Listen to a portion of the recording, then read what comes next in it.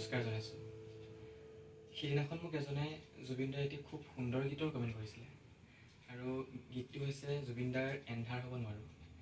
আচলতে গীতটি শুনিও ভাল লাগে, গায়ো ভাল লাগে আৰু গীতটিত এটা খুব সুন্দৰ অৰ্থ সোমাই আছে আৰু সেই গীতটি আজি মই অকণমানকৈ গাবলৈ চেষ্টা কৰিছোঁ। আশা কৰিছোঁ সকলোৱে গীতটি শুনি ভাল পাব। ধন্যবাদ।